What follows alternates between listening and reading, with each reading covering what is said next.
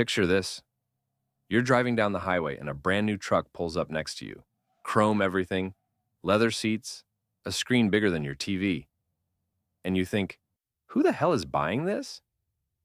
Here's what's wild. The person driving that $70,000 truck probably makes less money than you do.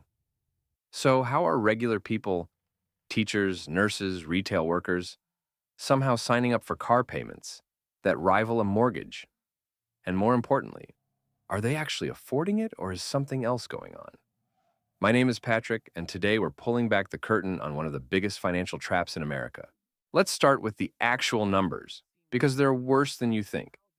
The average new car payment in America has crossed $700 per month, not for a luxury car, for an average car.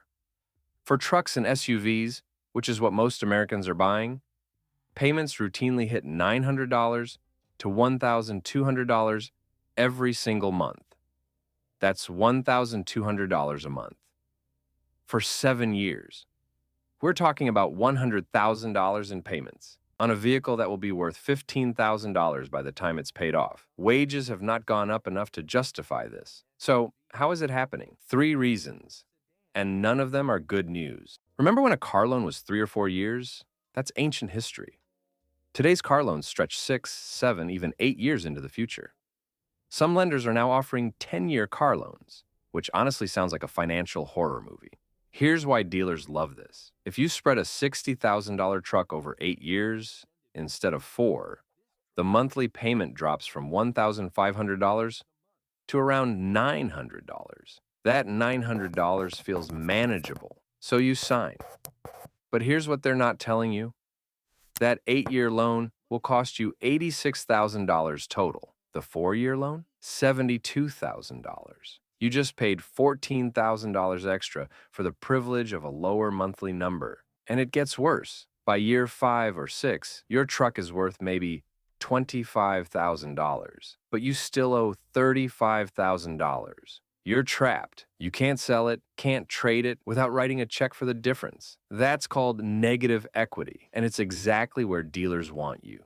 Here's where it gets worse. After a few years, people get bored and want something newer, but they still owe more than the car is worth. So they trade it in and roll that debt straight into the next loan. You're $8,000 underwater, the dealer just adds it to your new loan. Now you're financing $68,000 on a $60,000 truck before you've left the lot. Every cycle the balance grows. This is the financial hamster wheel, and the dealer loves it because you can never afford to leave. The psychological piece is what makes all of this stick. The automotive industry doesn't sell cars. They sell identity. That truck ad with the guy hauling lumber through a snowstorm, they're not selling transportation. They're selling the version of yourself you want to be. Once your vehicle becomes tied to your identity, the math stops mattering. That's why someone who would never spend $1,200 a month on anything else signs the dotted line without blinking. It's not logic, it's emotion, and that's exactly how dealers designed it. Let's run the actual numbers that dealerships never want you to calculate. You buy a $55,000 truck, 7-year loan at 6% interest, monthly payment $800. Feels okay, right? Now add it all up over 7 years, with insurance, maintenance, and gas. Total, over $100,000. At the end of 7 years,